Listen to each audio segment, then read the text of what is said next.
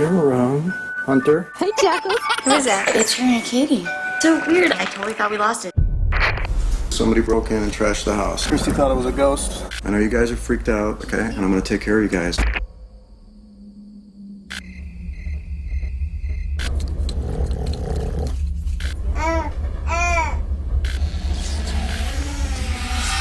What's your take on this whole ghost situation? I think it's awesome. This is the freakiest thing that happened to me last night. This is the door closing by itself.